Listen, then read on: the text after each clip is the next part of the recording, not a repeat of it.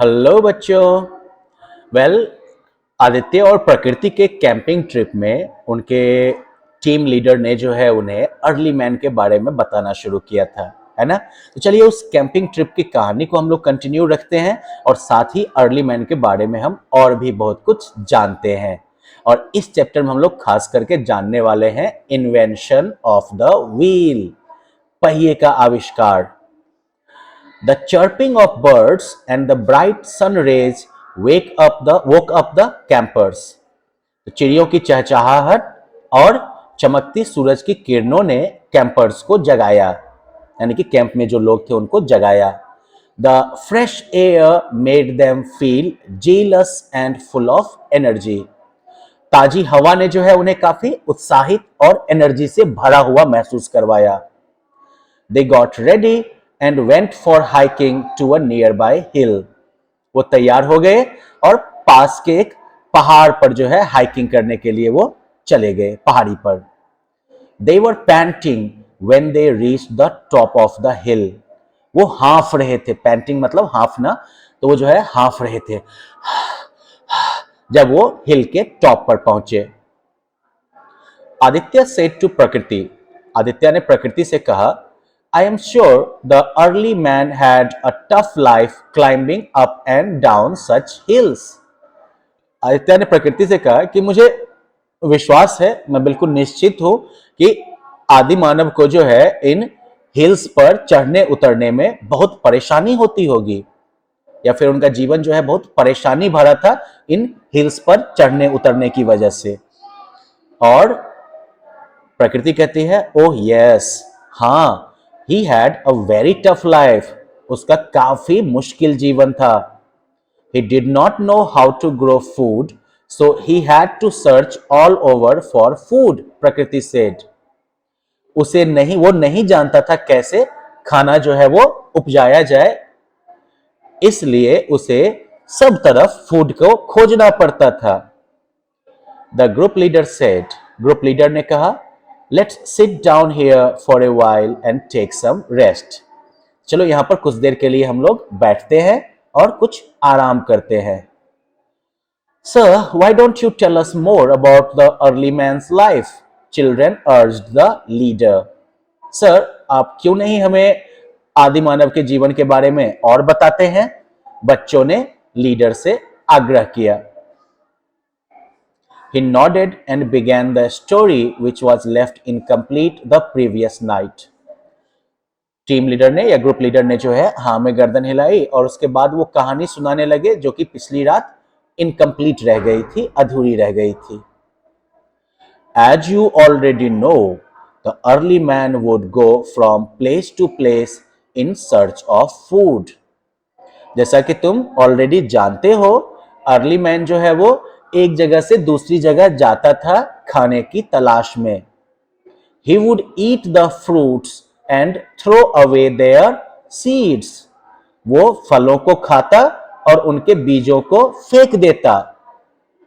He noticed that over a short period of time after rains, the seeds he had thrown away on the ground grew into new plants.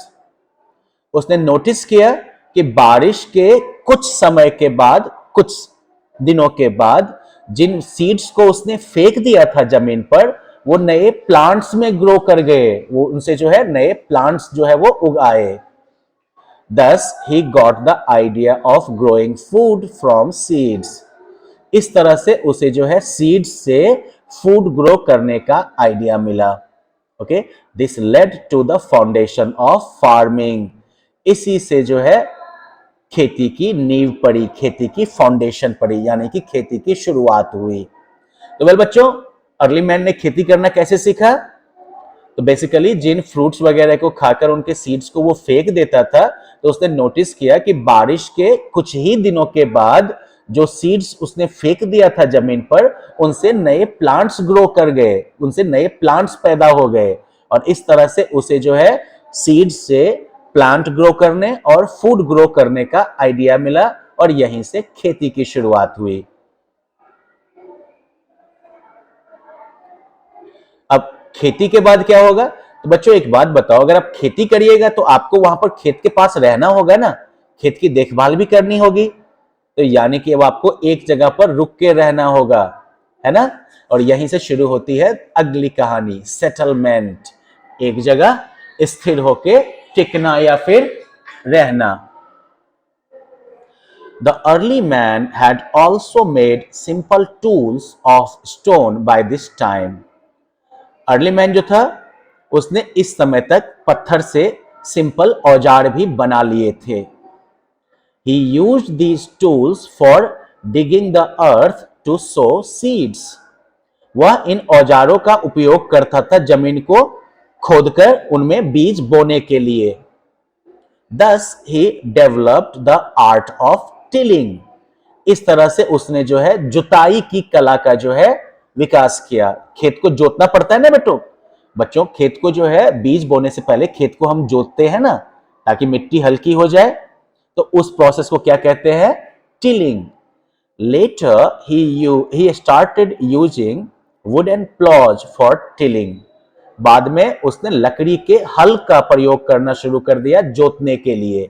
Okay, लकड़ी का हल आप लोगों ने गांव में देखा भी होगा। This made the soil softer and the seeds could grow well.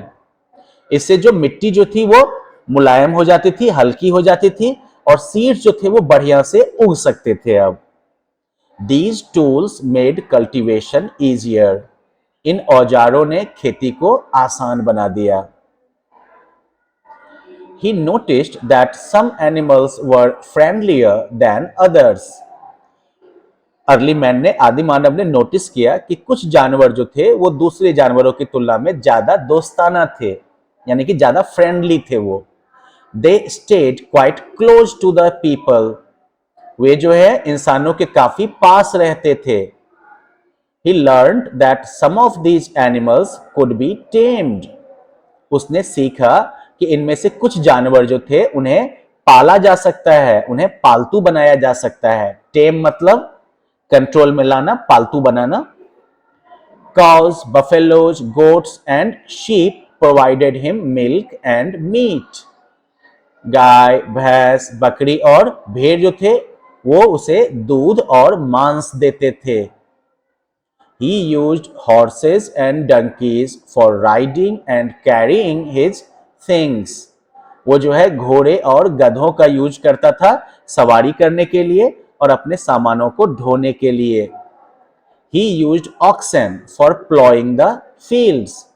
वो जो है बैलों का यूज करता था खेतों को जोतने के लिए। The early man settled near the river banks because he found that the soil was soft and fertile in the river valleys. आदि मानव जो था वो नदियों के किनारे उसने जो है सेटल हो गया, नदियों के किनारे वो बस गया, क्योंकि उसने पाया कि नदी की घाटियों में, रिवर वैलीज में सॉइल जो है, मिट्टी जो है वो मुलायम और फर्टाइल यानी कि उपजाऊ है। तो बच्चों अर्ली मैन जो है वो रिवर बैंक्स के किनारे क्यों सेटल हुआ? पहली बात, अर्ली मैन कहां सेटल हुआ? तो नदी के किनारों में, right, near the river banks. और क्यों सेटल हुआ वहां पर? क्योंकि वहां का सॉइल जो था वो सॉफ्ट और फर्टाइल था। So it was easy to plough, इसलिए उसे जोतना जो है वो आसान था, तो खेती आसान हो जाएगी। Water was easily available for farming. अब बच्चों आपको पता है ना कि खेती में पानी का भी यूज होता है ना, राइट, हमें जो है फसल में पानी देनी होती है ना, इरिगेशन। तो water was easily available for farming, खेती के लिए पानी भी आसानी से उपलब्ध था। He could also catch fish from the river for food. वो जो है नदी से मछलियां भी पकड़ सकता था खाने के लिए।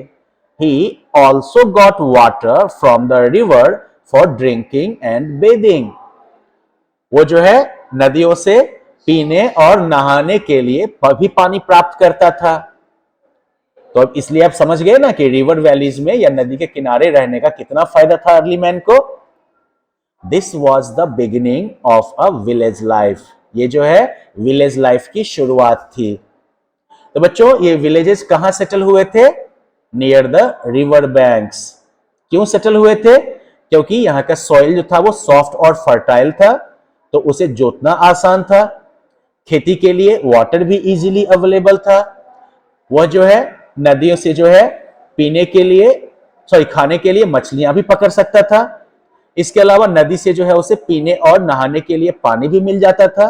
इसलिए अर्ली मैन नदियों के किनारे सेटल हुआ। He learned to make houses by using straw, branches of trees, bamboos and skins of dead animals. उसने जो है स्ट्रॉ यानी कि तिनके, पेड़ की टहनियां, बांस और मरे हुए जानवरों की खाल का यूज करके घर बनाना सीखा। Later he built rough tents. बाद में जो है उसने रफ जो है टेंट बनाना जो है टेंट बनाया, like huts with stones near each other and this formed a habitation. तो बाद में उसने जो है रफ टेंट बनाना शुरू किया, जैसे कि पत्थरों के बगल में जो है हट्स एक दूसरे के आसपास में, और यहीं से जो है हैबिटेशन का जो है शुरुआत हुआ, यानी कि एक जगह पर लोगों के रहने की शुरुआत हुई। ओके, चलिए बच्चों, हम लोगों ने अर्ली मैन के बारे में इतना तो सीख लिया। अगले लेसन में हम जो है फिर उनके लोड कैरिंग के बारे में जानेंगे और इन्वेंशन ऑफ व्हील के बारे में सीखेंगे। Okay, bye bye.